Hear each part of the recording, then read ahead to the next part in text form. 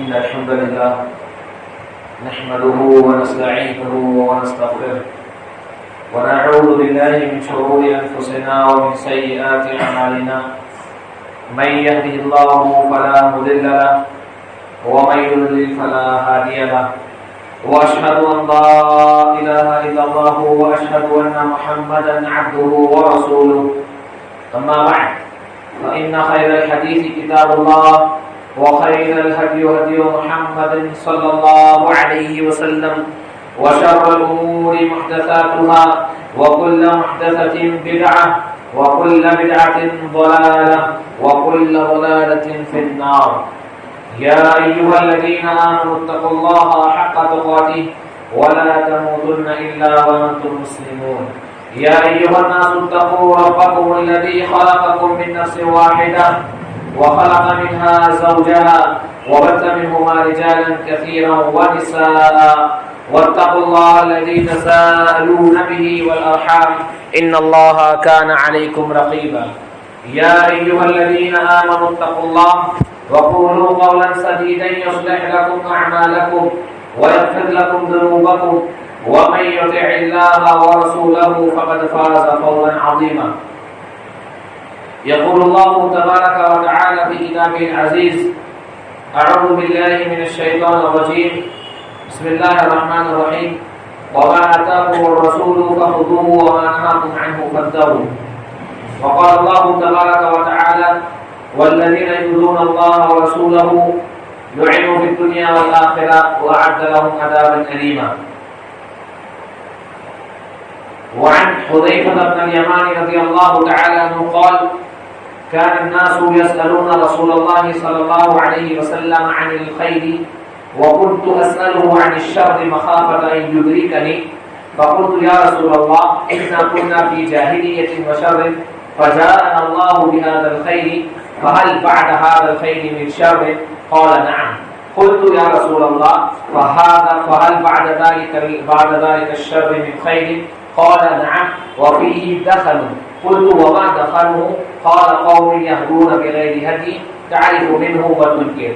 فقلت: يا رسول الله فهل بعد هذا الشر بعد هذا الخير من شر؟ قال: نعم دعاة على أبواب جهنم من أجابه إليها قذفوه فيها. فقلت: ماذا تأمرني إن أدركني ذلك؟ قال: تلزم جماعة المسلمين وإمامهم. فقلت: إن لم يكن لهم جماعة ولا إمام؟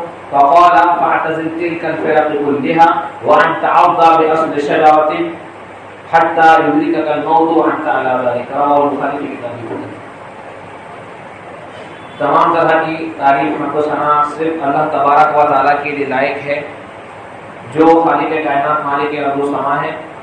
درود و سلام ہو انبیاء علیہ الصلوۃ والسلام پر اور بالخصوص جناب محمد رسول اللہ صلی اللہ علیہ وسلم پر. اللہم صلی وسلم علی نبینا محمد.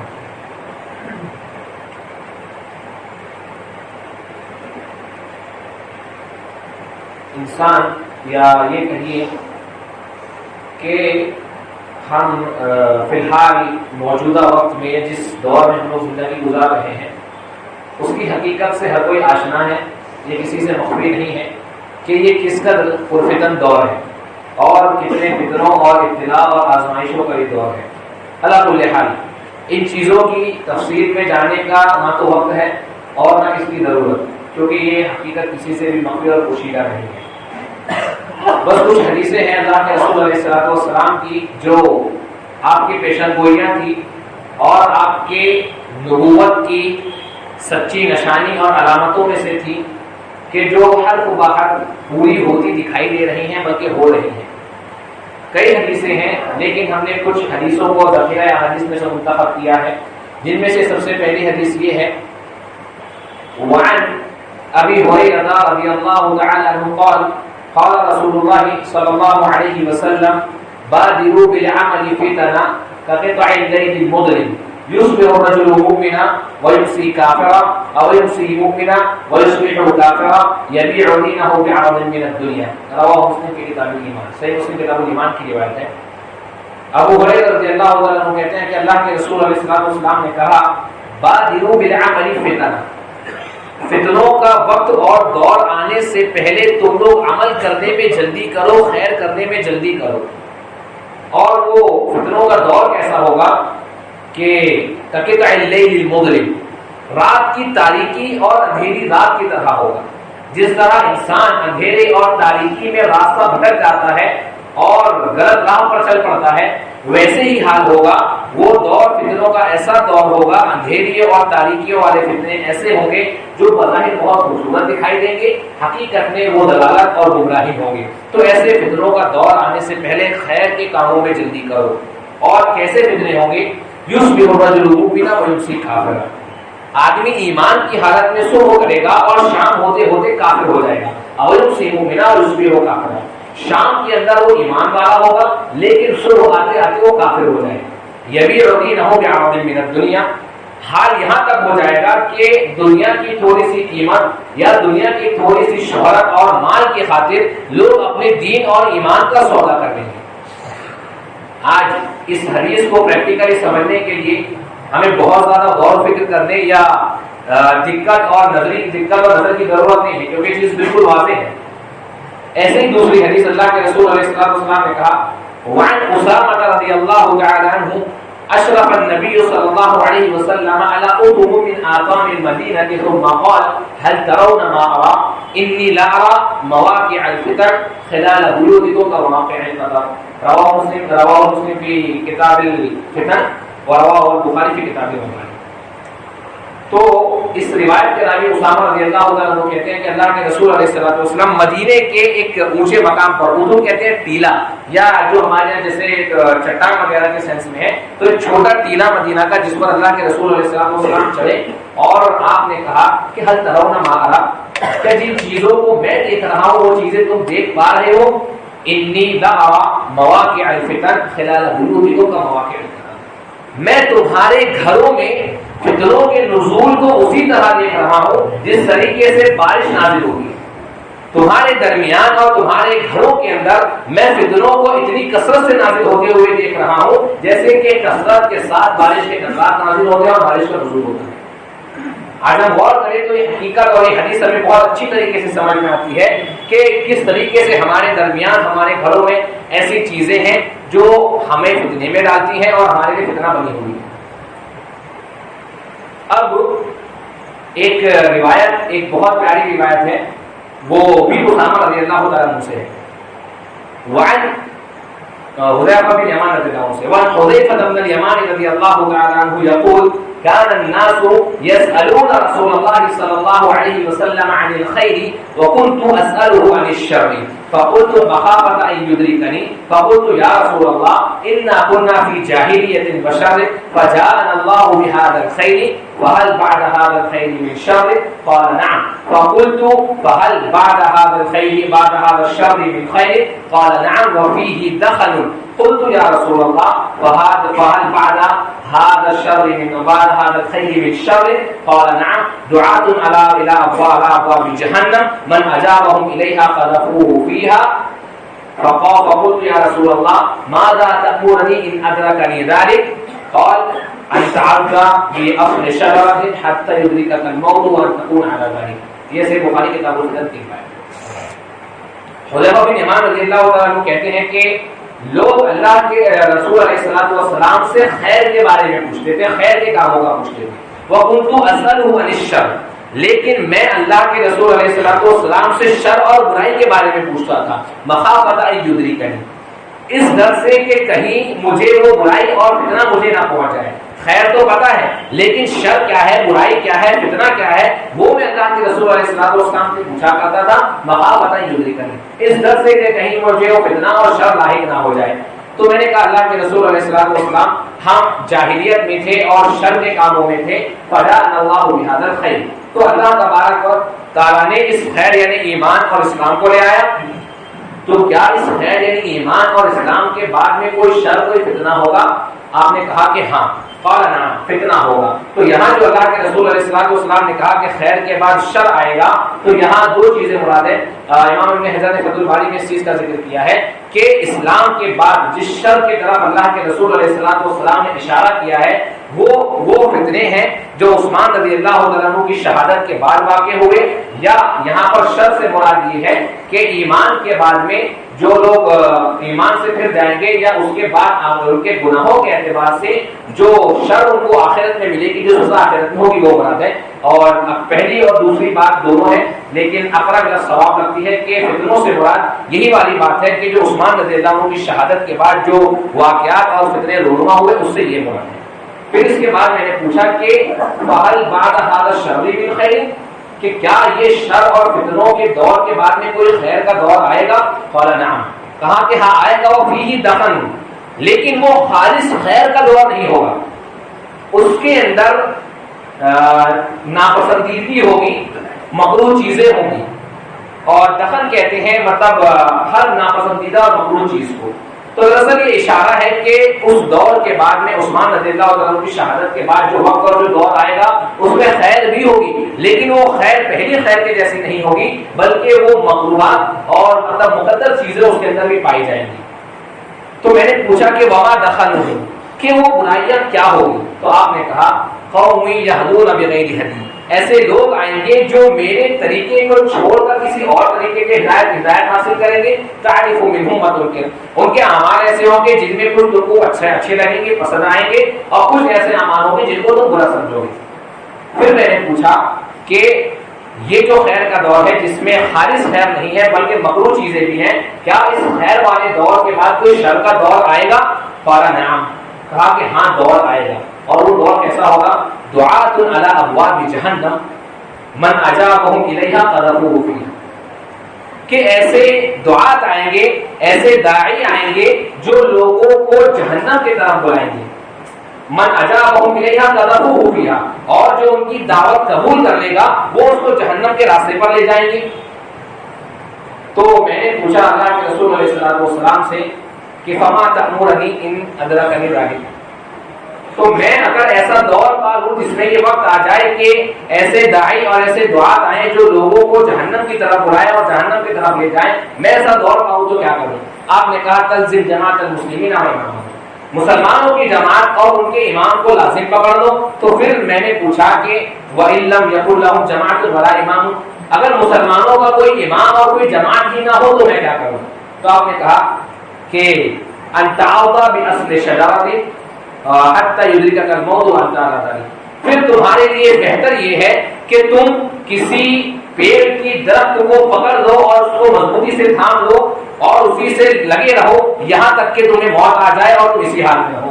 یعنی اشارہ یہ ہے کہ جب مسلمانوں کا امام اور مسلمانوں کی جماعت نہ پائی جائے اور ایسے فتنوں کا دور آ جائے جس میں ایسے دعات آئے جو لوگوں کو اسلام کے نام پر، دین کے نام پر اور خیر کے نام پر، ہدایت کے نام پر جہنم کے راستے کی طرف لے جائے، تو اپنے آپ کو انسان ایسی چیزوں سے حد تک امکان بچائے اور دور رکھے۔ ایک اور بات یہاں رک کر کے واضح کر دوں کہ جہاں پر اس طریقے کی پیشن گوئیاں کی جاتی ہے، مثال کے طور پر یہ کہا گیا کہ امت 73 گروہوں میں بٹے گی، سارے کے سارے جہنم میں جائیں گے سوائے ایک جماعت کے، اور وہ منہج جو اللہ کے رسول علیہ السلام صحابہ کے منہج پر ہوگی، یا یہ جو بات کہی گئی کہ اتنے فتنے آئیں گے، ایسے دعات آئیں گے، تو ایسی احادیث کا محض مطلب ہمیں پیشن گوئی کرنا یا آنے والے فتنوں سے آگاہ کرنا نہیں ہوتا، بلکہ یہ ایک ہمارے لیے مطلب ایک چیتاونی ہوتی ہے اور ہمارے لیے انذار اور تنبیہ ہوتی ہے کہ جب ایسا دور آئے تو ہمیں ایسے فتنوں سے اپنے آپ کو حد تک امکان بچانا ہے اور ایسے فتنوں سے ہمیں دور رہنا ہے، ایسے فتنوں میں ہمیں نہ پڑنا ہے نہ لوگوں کو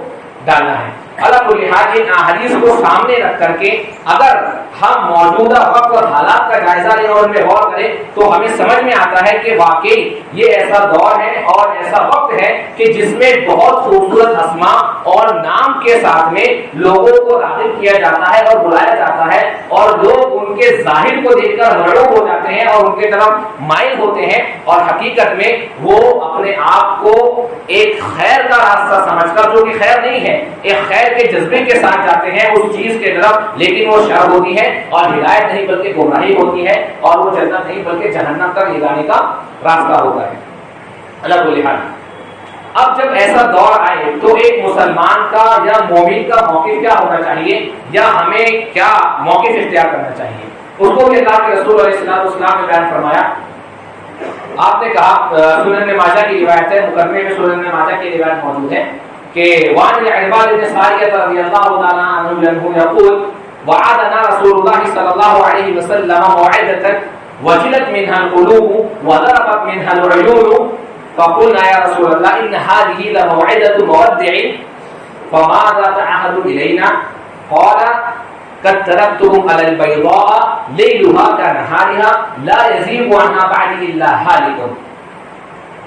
کہ اللہ کے رسول علیہ السلام نے یہ بات کہی کہ عرباض بن ساریہ کہتے ہیں اللہ کے رسول علیہ السلام نے ایسا خطبہ دیا، ایسی نصیحت کی کہ جس سے ہمارے دل دہل گئے اور ہم رونے لگے، ہماری آنکھیں بہہ پڑی. تو ہم نے کہا کہ اللہ کے رسول علیہ السلام یہ ایسا لگتا ہے کہ کسی الوداع کہنے والے کی یہ نصیحت اور بات ہمارے لیے ہو. تھوڑا قریب آ جائے، پیچھے لوگ کھڑے ہیں. تو ہم نے یہ کہا کہ یہ ایسی نصیحت ہے گویا کہ کسی الوداع کہنے والے کی نصیحت اور وعظ ہو، تو آپ ہم سے کس چیز کا عہد لینا چاہتے ہیں؟ تو آپ نے کہا کہ قد ترکتکم علی البیضاء، میں نے تمہیں اتنے واضح منہج اور اتنے واضح دین پر چھوڑا ہے، لیلھا کنہارھا، جس کی راتیں بھی دن کی طرح روشن اور واضح ہیں، لا یزیغ عنہا الا ہالک، اور اس سے وہی آدمی بھٹکے گا جو ہلاک ہونے والا ہے. اور آپ نے کہا میں یہ عشق کو بات فسیرا اختلاف کریے گا، تم میں سے جو میرے بعد زندہ رہے گا وہ بہت زیادہ اختلافات کو دیکھے گا. تو علیکم بسنتی و سنت الخلفاء الراشدین المہدیین تمسکوا بها وعضوا علیہا بالنواجذ. تو اختلاف سے بچنے کا طریقہ یہ ہے اور موقف یہ ہونا چاہیے کہ اللہ کے رسول علیہ الصلوۃ والسلام کی سنت اور خلفاء راشدین کی سنت کو مضبوطی سے تھام لیا جائے. ایک دوسری روایت وعن ابي هريره رضي الله تعالى عنه قال قال رسول الله صلى الله عليه وسلم ما من نبي بعثه الله في امتي قبلي الا كان له حواريون واصحاب ياخذون بسنته ويقتدون بامره ثم انها تخلف من بعدهم خلف يقولون ما لا يفعلون ويفعلون ما لا يؤمرون فمن جاهدهم بيده فهو مؤمن ومن جاهدهم بلسانه فهو مؤمن ومن جاهدهم بقلبه فهو مؤمن وليس وراء ذلك من الايمان حبة خردل. کتاب ایمان کی روایت کہ اللہ کے رسول علیہ السلام نے کہا کہ اللہ نے مجھ سے پہلے جس امت میں جو بھی نبی بھیجا اس نبی کے کچھ حواری یعنی مخلص دوست اور کچھ صحابہ ہوتے تھے، ساتھی ہوتے تھے. ان کا کام یہ تھا کہ یاخذون بسنتی و یقتدون بامری، ان کا کام یہ تھا کہ وہ اپنے نبی کی سنت اور طریقے کو لیتے تھے اور اسی طریقے پر چلتے تھے. لیکن پھر کیا ہوا کہ ان کے بعد میں کچھ خلف برے لوگ آ گئے اور انہوں نے کیا کیا، ان کی پہچان کیا ہوگی، یقولون ما لا یفعلون، وہ ایسی باتیں کہیں گے جن پر وہ خود عمل نہیں کرتے ہوں گے، ویفعلون ما لا یؤمرون، اور دوسری نشانی یہ ہوگی کہ ویفعلون ما لا یؤمرون، اور دین کے نام پر شریعت کے نام پر ایسی باتیں کریں گے جن کا انہیں حکم نہیں دیا گیا ہوگا. یہ ہمارا موقف ہونا چاہیے فتنوں کے دور میں کہ ہم کتاب اللہ اور سنت رسول علیہ السلام کو مضبوطی سے تھامیں.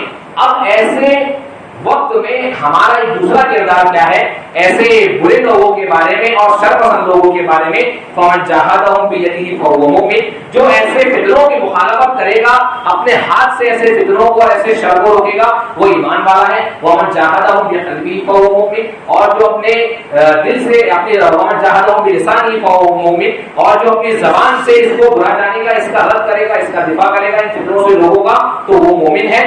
اور ومن جاہدہم بقلبہ فہو مؤمن، اور جو اپنے دل سے ایسے فتنوں کو برا جانے گا اور اس کو مطلب غلط سمجھے گا، وہ ایمان والا ہے. ولیس وراء ذلک من الایمان حبۃ خردل، اور اگر کوئی دل سے بھی نہیں جانتا برا تو یہ رائی کے دانے کے برابر تو پھر ایمان باقی نہیں ہے. نسأل اللہ لنا ولکم السلامۃ والعافیہ. اللہ تعالیٰ سے ہم اس چیز سے آپ کے اور ہمارے سلامت اور عافیت طلب کرتے ہیں. اللہم آمین. اب دیکھیں کہ یہ پوری گفتگو کا خلاصہ اور نچوڑ یہ نکلے گا اللہ تبارک و تعالیٰ کے اس فرمان کے مطابق کہ وما آتاکم الرسول فخذوہ وما نہاکم عنہ فانتہوا، جو کچھ تمہیں رسول دے دے اسے لے لو اور جس چیز سے تمہیں رسول منع کر دے اس سے رک جاؤ. تو یہ آیت کریمہ ہمارے لیے دین، شریعت اور منہج کے باب میں اصول کی حیثیت رکھتی ہے کہ اصول یہ ہے منہج کا، دین اور شریعت کا، کہ جو رسول دے دے دین کے نام پر، شریعت کے نام پر اسے نہیں لو، جس چیز سے رسول ہو گئے اسے رک جاؤ. تو خلاصۃ القول یہ کہ اہل حق کا اور ان لوگوں کا جو حق پر ہیں ان کا منہج، ان کا اصول اور ان کا ضابطہ یہی ہوتا ہے کہ دین اور منہج کے نام پر وہ اسی چیز کو لیتے ہیں جس کو اللہ کے رسول علیہ الصلوۃ والسلام نے دے دیا، اور اس چیز سے رک جاتے ہیں جس سے اللہ کے رسول علیہ الصلوۃ والسلام نے منع کر دیا۔ اب اگر کوئی اس اصول کے خلاف جاتا ہے تو وہ حق کا راستہ کبھی نہیں ہو سکتا، چاہے پھر اس کا نام کتنا ہی خوبصورت کیوں نہ ہو، اس میں ظاہری طور پر کتنی ہی چمک دمک اور رمق کیوں نہ ہو۔ یہ اصول ہمیشہ ذہن میں رہنا چاہیے کہ جو اللہ کے رسول علیہ السلام کے دیے ہوئے منہج اور طریقے کے مطابق نہیں ہے، چاہے وہ کتنا ہی اچھا ظاہری طور پر کیوں نہ لگے، وہ حق نہیں ہو سکتا۔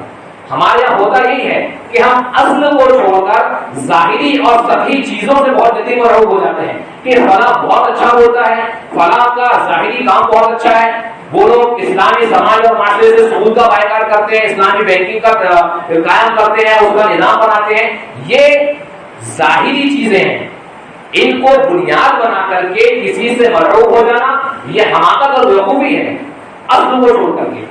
اسی لیے کسی بھی ایسی چیز سے یا ایسی جماعت سے کبھی دھوکہ نہیں کھانا چاہیے جس کا ظاہر بہت خوبصورت ہو لیکن اصل اس کی ہٹی ہوئی ہو راستے سے۔ تو چاہے پھر وہ آدمی یا وہ کیسا ہی کیوں نہ ہو، چاہے وہ اپنی باتوں کے اندر بہت کتاب و سنت کی باتیں کرے، اپنے آپ کو کتاب و سنت کا ماننے والا کہے، یا کوئی شخصیت یا کوئی بزرگ ایسا ہو جو کرامت کھیلنے والا یا مطلب ایسے دعوے کرنے والا ہو، اس سے مرعوب نہ ہو۔ اللہ کل حال بہت سارے فتنے اس دور میں ہیں، لیکن ایک بہت بڑا فتنہ جس کی نحوست سے آج سارا عالم اسلام دو چار ہے اور بہت زیادہ لوگ اس کے اندر پڑ جاتے ہیں، وہ تحریکیت اور اخوانیت کا فتنہ ہے، جس کا نام تو بڑا خوبصورت ہے، اخوان المسلمین کے نام سے۔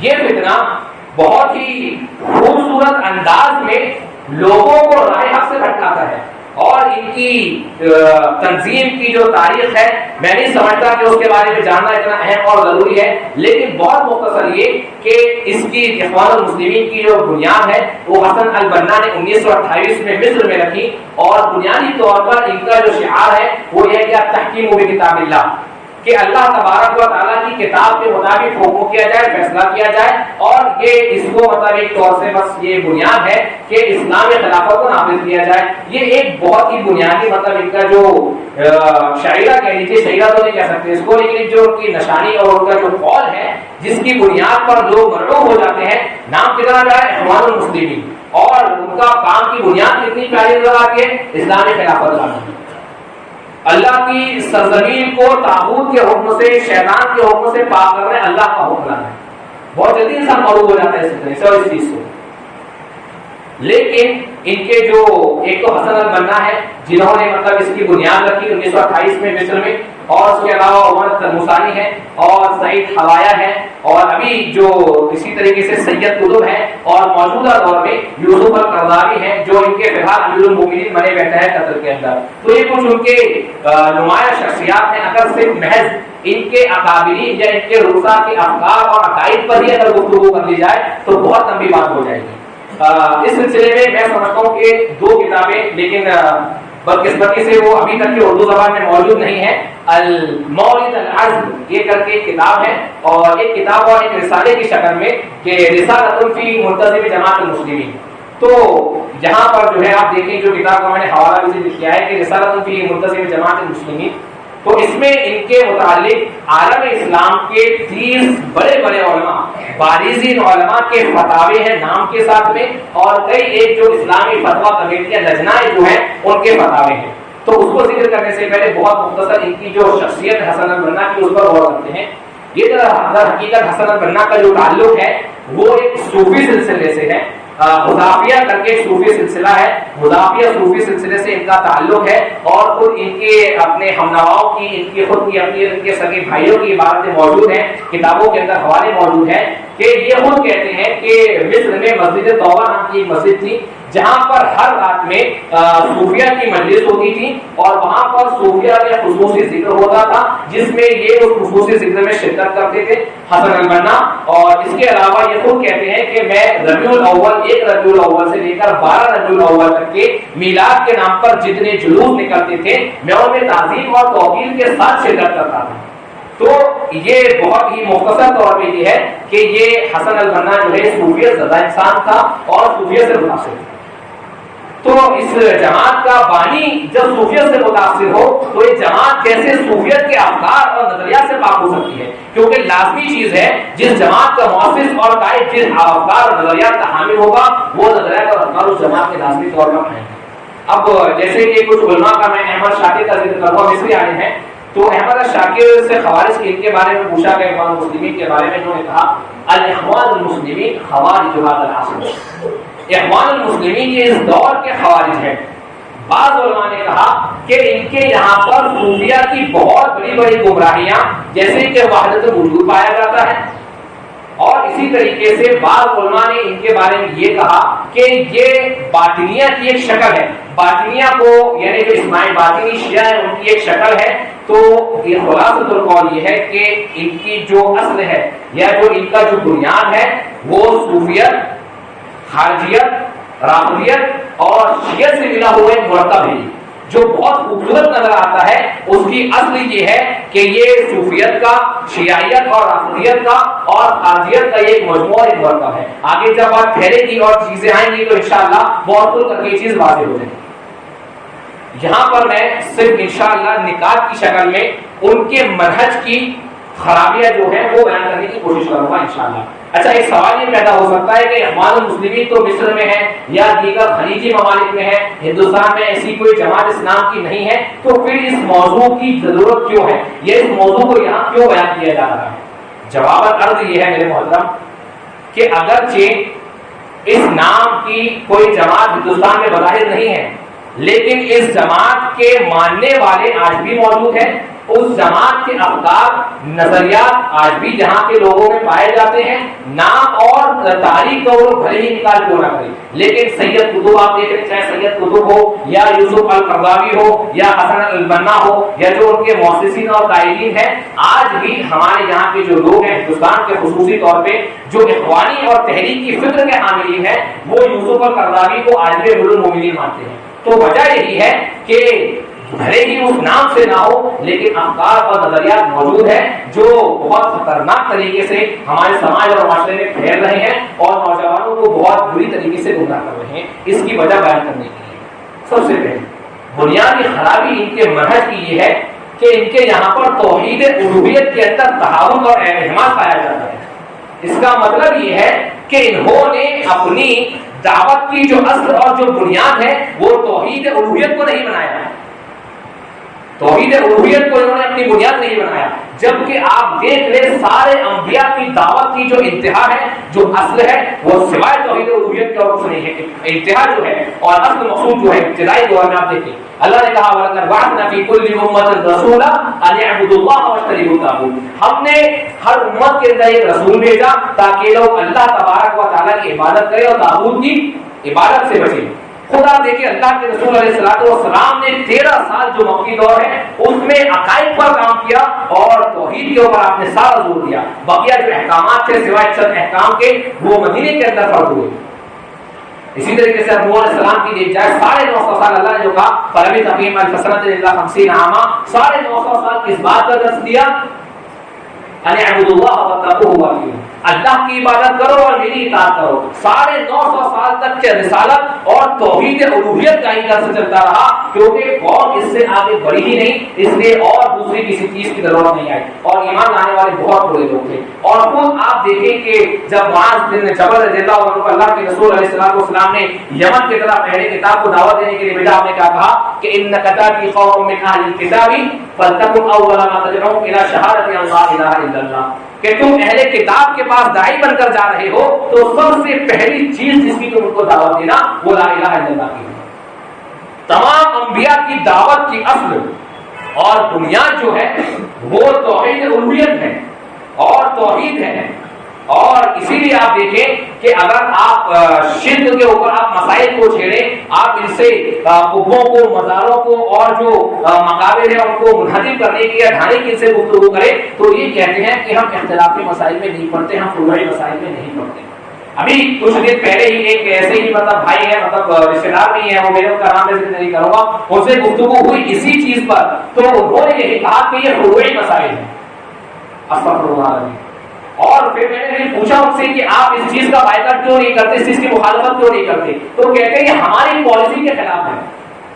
تو یہ ان کی پالیسی، ان کی جو پالیسی کے خلاف ہے، اور شرک اور توحید کا مسئلہ ان کے یہاں پر فروعی مسئلہ ہے۔ اور واللہ اس نے مجھ سے یہی کہا کہ ہماری دعوت کی جو بنیاد ہے وہ یہ ہے کہ ہمیں اسلامی خلافت اور اسلام کی اور اللہ کے حکم پر حاصل کرنا ہے۔ تو ان کے منہج کی سب سے بڑی گمراہی یہی ہے کہ انہوں نے اپنی دعوت کی اصل جو ہے وہ توحید اور عقیدے کو نہیں بنایا بلکہ کسی اور چیز کو بنایا۔ یہ ان کے منہج کی سب سے بڑی خرابی ہے، جو انبیاء کے منہج کے خلاف ہے، سارے انبیاء کی دعوت کی اصل کے خلاف یہ چیز ہے۔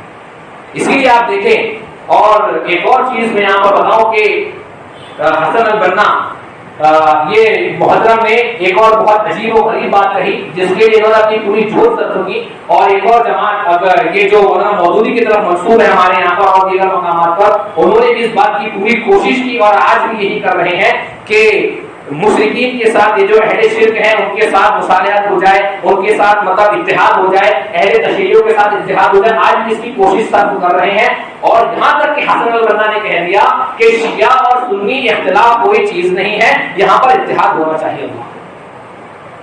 حالانکہ یوسف القرضاوی بعد میں انہوں نے بہت غور و خوض کرنے کے بعد یہ بات کہی کہ میں نے بہت غور کیا تو میں اس نتیجے پر پہنچا ہوں کہ شیعہ اور سنی اختلاف ممکن ہی نہیں ہے، کیونکہ یہ فروعی اور جزئی اختلاف ہے ہی نہیں۔ یہاں پر بہت بڑی خلیج ہے، یہاں پر اصولوں کا اختلاف ہے، یہاں پر عقیدے کا اختلاف ہے، اور دین کی اصل اور بنیادوں کا اختلاف ہے۔ اور یہ صاحب جو ہیں یہ شیعوں کے ساتھ مطلب اتحاد و توافق کی دعوت کو کہتے ہیں کہ ہونا چاہیے، اور ان کے نزدیک کوئی چیز ہی نہیں ہے۔ تو دوسری گمراہی ان کی یہ ہے کہ ان کے یہاں پر گائے، بھیڑ، بیل، بکری، اونٹ سب ایک لیول کے، سب برابر ہیں۔ چاہے آپ شرک کرو مت کرو کوئی مطلب نہیں ہے، آپ میلاد کرو مت کرو، آپ کسی بھی منہج پر ہو، کسی بھی طریقے پر ہو، اس سے کوئی مطلب نہیں، آ جاؤ سارے ایک مطلب اتحاد ہوگا۔ جبکہ اللہ کی قسم شرک کے ساتھ کوئی مصالحت، کوئی اتحاد شریعت میں ہو ہی نہیں سکتا۔ آپ دیکھیں اسلامی تاریخ غور کریں، جب کفار آئے اور یہ آپ کے سامنے یہ ایک پرپوزل اللہ کے رسول علیہ السلام نے کے سامنے کہ ایک سال آپ ہمارے معبودوں کی عبادت کریں، ایک سال آپ اللہ کی عبادت کرتے ہیں۔ اللہ نے کیا کہا؟ قل یا ایھا الکافرون لا اعبد ما تعبدون، اے نبی کہہ دیجئے اے کافروں لا اعبد ما تعبدون، میں ان معبودوں کی عبادت نہیں کروں گا جن کی تم عبادت کرتے ہو، ولا انتم عابدون ما اعبد، اور نہ تم اس رب کی عبادت کرو گے جس کی میں عبادت کرتا ہوں۔ آخر میں جب سورہ ختم ہوئی اللہ نے کہا لکم دینکم ولی دین، تمہارے لیے تمہارا راستہ تمہارا دین ہے، میرے لیے میرا راستہ اور میرا دین ہے۔ تو اسلام کی تعلیم یہ ہے کہ شرک کے ساتھ کوئی مصالحت ہو ہی نہیں سکتی، اور یہ سب کو جوڑ دیتے ہیں، سب کے ساتھ اتحاد کی بات کرتے ہیں جب تک، اور آپ دیکھیں کہ یہ چیز ممکن ہی نہیں ہے۔ شیعوں کے ساتھ جہاں اصولی اور بنیادی اختلاف ہے ان کے ساتھ اتحاد کیسے ممکن ہوگا؟ جن کا اللہ کے بارے میں یہ عقیدہ ہو، حدوث اور بدء کا ایک بہت اہم عقیدہ ہے کہ اللہ تبارک و تعالیٰ کو کسی چیز کا علم پہلے سے نہیں ہوتا، بلکہ جب وہ چیز رونما ہو جاتی ہے، اس چیز کا وقوع ہو جاتا ہے تو اللہ کو اس چیز کا علم ہوتا ہے۔ یہ حدوث اور بدء کا عقیدہ اللہ کے بارے میں رکھنے والے کیسے ان کے ساتھ اتحاد ممکن ہے، اور کیسے شیعہ اور سنی اختلاف کوئی چیز نہیں ہے؟ بلکہ آپ دیکھ لیں، میں نے شروع میں جو کہا کہ یہ اچھا، اور ایک اور بات ذکر کروں کہ سید قطب جو بہت عظیم ہستی مانتے ہیں، اخوانی اور تحریکی فکر کے لوگ، ان کی کتاب المعالم فی الطریق، لیکن وہ بھی عربی زبان میں ہے، وہاں صفحہ نمبر 6 پر انہوں نے بہت ہی عجیب و غریب بات کہی ہے۔ وہ بندہ کہتا ہے کہ بہت صدیوں اور زمانوں سے امت اسلام کا وجود ہی ختم ہو چکا ہے۔ پھر صفحہ نمبر 9 پہ جا کر ایک اور بات وہ کہتا ہے سید قطب کہ اللہ کی زمین پر اللہ کے حکم کو چھوڑ کر کے انسان کو حکم کا سونپ دینا، انسان کے حوالے حکم کو کر دینا، یہ طاغوتی حکم ہے، اور اللہ تبارک و تعالیٰ کے شریعت کو اور دین کو انسانوں کے ہاتھ میں دینا یہ طاغوتی حکم ہے۔ اس میں کوئی دو رائے نہیں ہے کہ اعتبار سے، لیکن وہ بندہ یہ کہتا ہے کہ ایسا کرنے والے لوگ اللہ کے دشمن ہیں۔ لیکن آپ دیکھیں کہ موجودہ صورتحال میں یہاں ہندوستان میں یا جہاں اسلامی حکومت نہیں ہے، کیا وہاں یہ چیز ممکن ہے کہ آپ اللہ کی کتاب کے مطابق، اللہ کی شریعت کے مطابق آپ فیصلہ کر لیں، فیصلے کا نفاذ کر لیں، نافذ کر کے بتائیں؟ تو یہ اخوانی اور تحریک کی فکر اور سوچ ہے جو انسان کو ایسی چیز کا مکلف بنا دے جس کی اس کی طاقت ہی نہیں ہے۔ اچھا شرک اور توحید کی بات اصلا کریں گے نہیں، جزیات میں کریں گے. کیسے؟ طاغوت کا حکم نہیں چلے گا، شیطان کا حکم نہیں چلے گا، شرک کی حکومت نہیں چلے گی. یہ جزیات میں بات لے کر کے آئیں گے. جبکہ خلافت جو ہے وہ اللہ نے جس کا ذکر کیا سورۃ نور کے اندر کہ وعد اللہ الذین آمنوا لا یستخلفنهم فی الارض کما استخلف الذین من قبلهم وليمكنن لهم دینهم الذی ارتضى لهم وليبدلنهم من بعد خوفهم امنا یعبدوننی ولا یشرکون بی شیئا. کہ اللہ نے وعدہ کیا ہے ان لوگوں سے جو ایمان لائے اور اپنے صالح کیے اس چیز کا، لا یستخلفنهم فی الارض کہ اللہ ان کو زمین میں ضرور خلافت دے گا، کما استخلف الذین من قبلهم جیسا کہ ان سے پہلے کے لوگوں کو دیا، وَلَيُمَكِّنَنَّ لَهُمْ دِينَهُمْ الَّذِي ارْتَضَىٰ لَهُمْ اور اللہ ان کے اس دین کو مضبوط کرے گا اور تقویت دے گا جس دین کو اللہ نے ان کے لیے پسند کیا ہے. وَلَيُبَدِّلَنَّهُم مِّن بَعْدِ خَوْفِهِمْ أَمْنًا اور اللہ ان کے خوف کو امن سے بدل دے گا. يَعْبُدُونَنِي وَلَا يُشْرِكُونَ بِي شَيْئًا اور وہ میری عبادت کریں گے اور میرے ساتھ کسی کو شریک نہیں کریں گے. تو اس آیت میں غور کرنے کا مقصد اور حاصل یہ ہے، اس آیت کے اندر غور کرنے کا نچوڑ یہ ہے کہ اصل جو ہے وہ خلافت کا نفاذ اور خلافت کی تعیین اور اسلامی خلافت نافذ کرنا نہیں ہے. ورنہ اگر یہی بات ہوتی تو 13 سال اللہ کے رسول علیہ السلام مکے میں توحید پر محنت نہیں کرتے، عقیدے پر محنت نہیں کرتے، اسلامی خلافت پر زور دیتے. اسلامی خلافت کا نفاذ ہوا کب؟ جب لوگ عقیدے میں توحید میں پکے ہو گئے، لوگوں کے عقیدے راسخ اور مضبوط ہو گئے اور اس کے بعد میں یہاں پر اسلامی خلافت کا نفاذ ہوا. تو اصل یہ ہے شریعت اسلامیہ کی کہ آپ ایمان اور عمل صالح کی دعوت دیں، ایمان اور عمل صالح پر محنت کریں، جس کا نتیجہ اور ثمرہ یہ ہوگا کہ اللہ اس کے عوض میں آپ کو خلافت اور آپ کو ملوکیت عطا فرمائے گا زمین کے اندر. اصل یہ ہے. اور ایک اور چیز یہاں پر جو میں نے سید قطب کے بارے میں کہی، استغفر اللہ معاذ اللہ، وہ چھوڑی کیا کہا ہے ممبر ہے، اس لیے لحاظ کرنا پڑتا ہے. وہ بندہ ظلال القرآن جو اس کی کتاب ہے تفسیر کی، صفحہ نمبر 1816، یہ تو خود میں ظلال القرآن سے پڑھا تھا لائبریری میں اپنے جامعہ کی. وہاں وہ یہ لکھتا ہے کہ روئے زمین پر مسلمانوں کی جتنی بھی مساجد ہیں جہاں سے اذانیں دی جاتی ہیں، جہاں سے جماعت کا قیام ہوتا ہے، باجماعت نمازیں ہوتی ہیں، العیاذ باللہ، وہ ساری کی ساری مسجدیں یہ جاہلیت کے عبادت خانے ہیں جن کا منحرف کرنا اور جن سے اعتزال کرنا اور بچنا یہ لازم ہے. تو ایک طرف تو سب کو لے کر کے چلو، سمیٹ کر چلو، صوفیت والی بات یہ بھی صحیح وہ بھی صحیح، سب صحیح، سارا میٹھا میٹھا سب سمیٹ کر چلو. دوسری طرف یہ خاصیت والی سوچ کہ اور بلکہ سید قطب نے اور علی الاسماوی تو یہ تک کہتے ہیں کہ جو ہماری فکر وہ نہیں مانتا مسلمان ہی نہیں ہے. سیم خاصیت والی بات، جو ہمارے طریقے، ہماری فکر، ہماری سوچ کو، ہمارے منہج کو نہیں مانتا وہ کافر ہے، مسلمان نہیں ہے. اور یہی بات سید قطب اور جو کے مرشدین اور جو روحا ہے وہ یہی کہتے ہیں، علی الاسماوی اور سید قطب کہتا ہے کہ جو ہماری فکر کو نہیں مانتا وہ مسلمان ہی نہیں ہے. تو ایک طرف تو صوفیت ہے، دوسری طرف خارجیت ہے. اور یہ آپ سوچیں کہ میں جو کہا وہ بات ثابت ہوئی کہ نہیں، آپ کو غور کریں کہ یہ صوفیت، رافضیت اور خارجیت کا موجودہ مرکب ہے جو ایک بہت خوبصورت نام سے مسلمانوں میں آیا ہے. اور ان کی ایک اور جو بہت اہم جو صفت ہے وہ یہ ہے کہ صحابہ کے ساتھ صحابہ کی شان میں تنقیص کرنا اور صحابہ کرام کے مقام و مرتبے کو گھٹانا اور کم کرنا. شیخ احمدی ہے مصری عالم، جب وہ اخوانیوں سے انہوں نے گفتگو ہو رہی تھی، ان کا مناظرہ ہو رہا تھا، تو حسن البنا کا ایک معتقد جاہل وہ کہتا ہے شیخ احمدین سے کہ آپ نعوذ باللہ کسی ایک صحابی کی مثال پیش کر دیں جس نے حسن البنا کی طرح اسلام کی اور دین کی دعوت کا کام کیا. نعوذ باللہ جس نے حسن البنا کی طرح اسلام کی دعوت کا کام کیا ہو. تو شیخ احمدین کا وہاں بہت سخت تکرار ہوئی، مباحثہ ہوا. اور اس کے بعد میں یوسف القرضاوی جو امیر المومنین ہے، قطر میں بن کے بیٹھا ہے، وہ جاہل وہ کہتا ہے یوسف القرضاوی کہ شیخ احمدین اس بیچارے پر بلا وجہ بھڑک پڑے، وہ تو اس کے حسن البنا کے ماننے والے اور ان کے معتقد کی ایک رائے ہے محض. آپ سوچیں کیا یہ کہنا کہ کوئی ایک صحابی، یہ ایسا بتاؤ کسی ایک صحابی کی مثال پیش کرو جس نے حسن البنا کی طرح دعوت کا کام کیا، نعوذ باللہ، یعنی حسن البنا صوفی، اس کو صحابہ اکرام پر افضلیت اور فضیلت ترجیح دینا کیسے رائے کا مسئلہ ہے؟ یہ قرآن حدیث اہل سنت والجماعت کے اجماع کا مسئلہ ہے.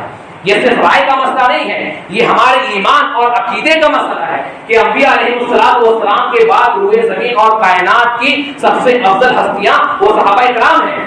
یہ رائے کا مسئلہ نہیں ہے، یہ ہمارے ایمان اور ہمارے عقیدے کا مسئلہ ہے۔ تو یہ تو صرف چند 3 ہی نکات ہوئے اور ان کی بہت سی گمراہیاں ہیں، لیکن وقت ابھی فی الحال ختم ہو چکا ہے۔ تو یہ کچھ بنیادی باتیں ہیں، تو ایک شارٹ اور بہت مختصر یہ یاد رکھیں کہ اخوان المسلمین جو ہے یہ کا صرف نام خوبصورت ہے اور نام پیارا ہے، حقیقتاً یہ صوفیت ہے ان کے اندر، یہاں پر وحدت الوجود ہے جو اس کائنات کا بدترین عقیدہ، بلکہ اگر یہ کہا جائے کہ یہ یہود اور نصارہ کے عقیدے سے بھی بدترین عقیدہ ہے، تو اس میں کوئی دعائیں اور کوئی شبہ نہیں ہے، کیونکہ اللہ نے یہود اور نصارہ نے جو بات کہی کہ اللہ کا بیٹا ٹھہرایا، تو اللہ نے ان کے بارے میں کہا کہ تکاد السماوات یتفطرن منہ وتنشق الارض وتخر الجبال حتى دعوا للرحمن ولدا، سورہ مریم کہ آسمان پھٹ پڑے، زمین پھٹ جائے اور پہاڑ ریزہ ریزہ ہو کر گر پڑے، اس بات سے بھی اللہ کا بیٹا ٹھہراتے ہیں، اللہ کے لیے اولاد کا دعویٰ کرتے ہیں۔ تو جب اللہ کے لیے محض اولاد کا دعویٰ، یہ بھی بہت بڑا جرم ہے، اولاد کا دعویٰ کرنے والوں کے لیے اتنی سخت وعید ہے، تو جو وحدت الوجود کا اتنا گھٹیا عقیدہ رکھے ان لوگوں کے بارے میں اللہ کا کیا موقف ہونا چاہیے۔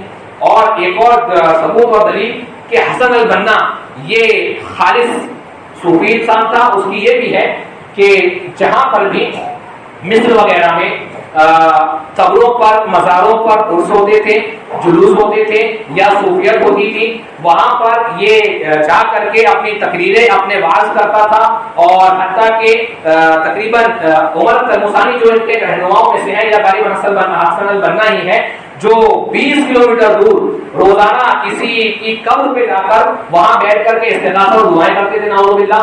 اور جو ان کے ایک اور رہبر ہے عمر تلمسانی، وہ خود مطلب ایک صوفی رفاعی سلسلے سے وابستہ ہے، اور جو رفاعی سلسلے کے جو بزرگ ہیں وہ ان کی بڑی تعریف بھی کرتا ہے کہ فلاں بزرگوں کی قبر ایسی ہے، فلاں بزرگوں کا مقام ایسا ہے۔ تو آج کا خلاصہ یہ نکلا کہ اخوان المسلمین اور اخوانی اور تحریک کی جماعت فکر اور ان کی ہمنوا جماعت، چاہے نام کچھ بھی ہو، نام آپ کوئی بھی لے لو، لیکن ان کی فکر رکھنے والی جماعتیں جو ہیں وہ کہیں نہ کہیں خارجیت سے بھی متاثر ہیں، صوفیت سے بھی متاثر ہیں، اور جب بات صحابہ کی شان اور تنقید کرنے، شان میں تنقید کرنے کی آتی ہے تو پھر وہاں وہ رافضی اور شیعہ بھی ہو جاتے ہیں۔ تو یہ رافضی بھی ہے، یہ صوفی بھی ہے اور یہ شیعہ بھی ہے۔ تو اللہ تعالیٰ سے دعا ہے انشاءاللہ آنے والے وقت میں، آنے والے خطبات میں اور مزید اس سلسلے پر گفتگو کی جائے گی، تاکہ حقیقت بہت واضح ہو جائے کہ یہ صرف ایک بہت خوبصورت نام کا دھوکہ ہے، اس سے زیادہ اور کچھ بھی نہیں ہے۔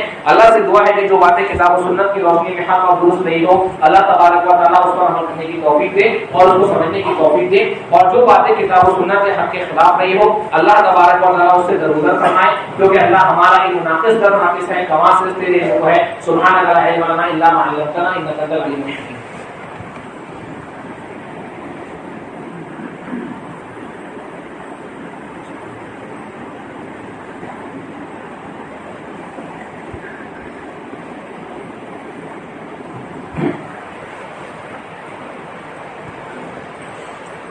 إن الحمد لله نحمده ونستعينه ونستغفره ونعوذ بالله من شرور أنفسنا ومن سيئات أعمالنا من يهده الله فلا مضل له ومن يضلل فلا هادي له وأشهد أن لا إله إلا الله وأشهد أن محمدا عبده ورسوله إن الله وملائكته يصلون على النبي يا أيها الذين آمنوا صلوا عليه وسلموا تسليما اللهم صل على محمد وعلى آل محمد كما صليت على إبراهيم وعلى آل إبراهيم إنك حميد مجيد اللهم بارك على محمد وعلى آل محمد كما باركت على إبراهيم وعلى آل إبراهيم إنك حميد مجيد إن الله يأمر بالعدل والإحسان وإيتاء ذي القربى وينهى عن الفحشاء والمنكر والبغي يعظكم لعلكم تذكرون وذكر الله أكبر والله يعلم ما تصنعون